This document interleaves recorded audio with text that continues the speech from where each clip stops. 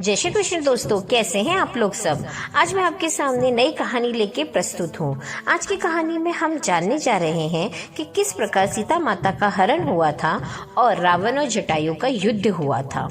खरदूषण के वध के पश्चात जब शूर्पणखा का बदला पूरा नहीं हुआ तो वह अपने बड़े भाई तथा त्रिलोक अधिपति लंकापति रावण के पास जा पहुंची और न्याय की दुहाई देने लगी। उसने वही बात लंकापति रावण के समक्ष दोहराई कि राम लक्ष्मण ने पंचवटी में उसका अपमान किया है और खरदूषण को उसकी पूरी सेना सहित नष्ट कर दिया है। आप जाकर उससे मेरा बदला लीजिए तथा राम की सुंदर पत्नी सीता को अपहरण करके ले आइए। रावण, जो कि उस समय त्रिलोक विजेता था, इसलिए उसे अपनी शक्तियों पर बहुत अहंकार था। शूर्पणखा की बातें सुनकर रावण ने अपने अहम को और पोषित किया और कहा कि किसी साधारण मानव का ऐसा दुस्साहस जिसने हमारी बहन का अपमान किया, वह निश्चित ही मृत्यु के लायक है और रावण के हाथों दंड पाने का अधिकारी है। मैं अवश्य ही राम की रूपवती पत्नी सीता का अपहरण कर लूंगा तथा अपनी रानी बना लूंगा। यह विचार करके लंकापति रावण अपने मामा मारीच के पास पहुंचते हैं। मारीच राक्षसी ताड़का का पुत्र था जो दंडकारण्य वन में श्री राम के हाथों बच निकला था। लंकापति रावण अपने मामा मारीच को राम लक्ष्मण के द्वारा शूर्पणखा का अपमान तथा खरदूषण के वध के बारे में बताता है तथा मारीच से यह भी निवेदन करता है कि वह राम की पत्नी सीता के हरण में उसकी सहायता करे। असुर मारीच श्री राम की शक्ति को दंडकारण्य वन में देख चुका था, इसलिए मारीच बार बार लंकापति रावण को यह समझाने का प्रयत्न कर रहा था कि यह न्याय उचित नहीं है और धर्म संगत भी नहीं है कि आप किसी पराई स्त्री का हरण करें।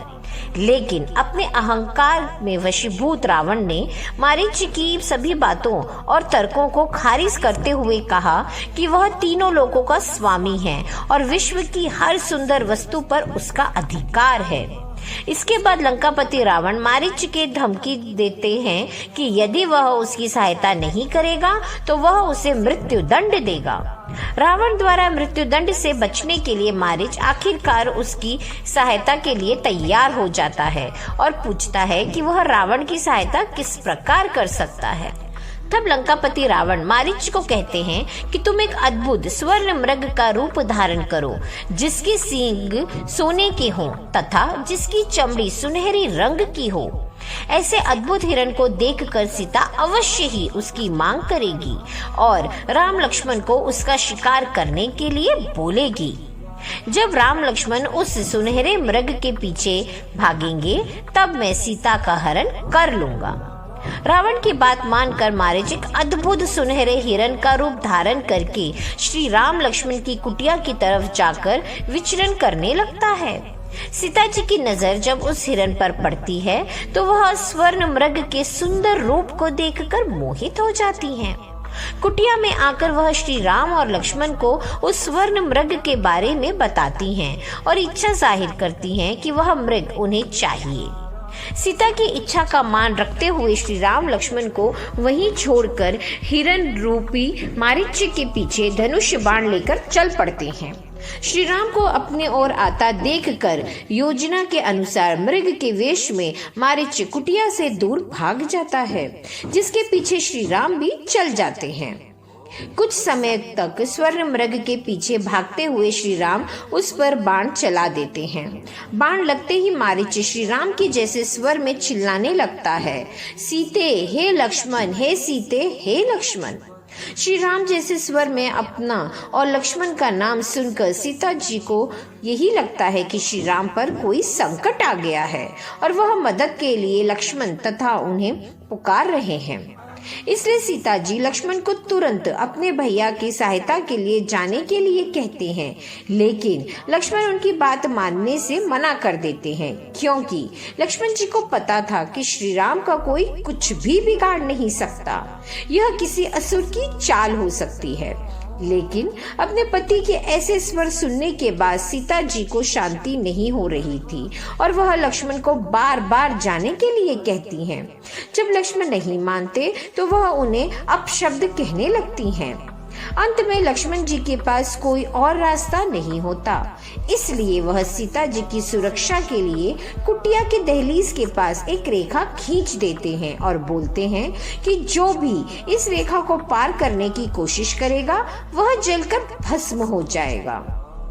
अंत में लक्ष्मण जाते जाते माता सीता से कहते हैं कि अब कितनी भी विकट परिस्थिति में इस रेखा को पार नहीं करेंगी और कोई भी असुर, देव या जीव इस लक्ष्मण रेखा को पार नहीं कर पाएगा।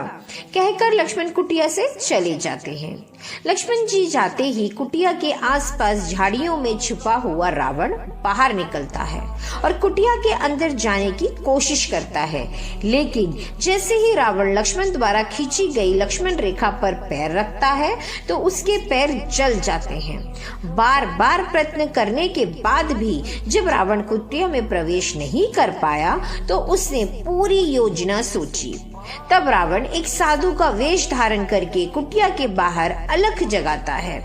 कुटिया के बाहर आए किसी साधु की आवाज सुनकर माता सीता कुटिया से बाहर आती हैं और देखती हैं कि एक साधु उनके दरवाजे पर भिक्षा मांग रहा है।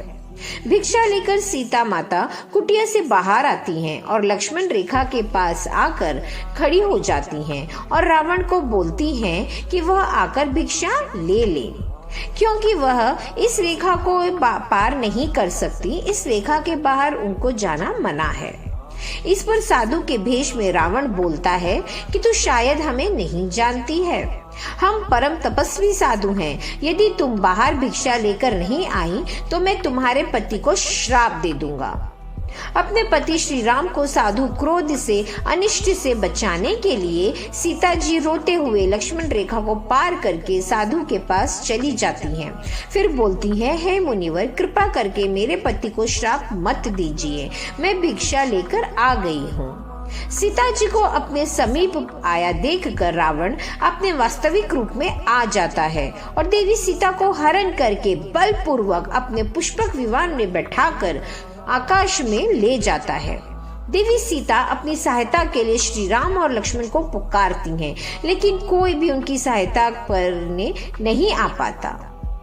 जब रावण सीता को पुष्पक विमान में ले जा रहा था तब सीता की मदद की गुहार वहां पर बैठे जटायु नाम के गिद्ध ने सुनी और वह सीता की सहायता करने के लिए रावण से युद्ध करने लगता है।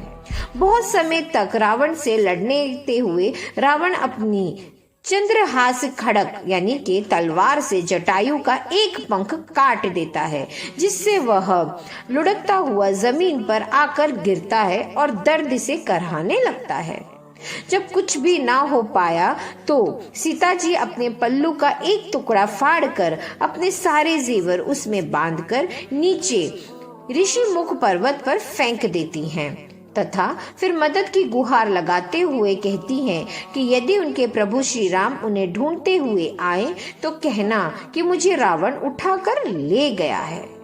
ऐसी ही और कहानी और जानकारियों के लिए चैनल को लाइक, शेयर और सब्सक्राइब जरूर करें। मिलते हैं अगले वीडियो में, तब तक के लिए राधे राधे।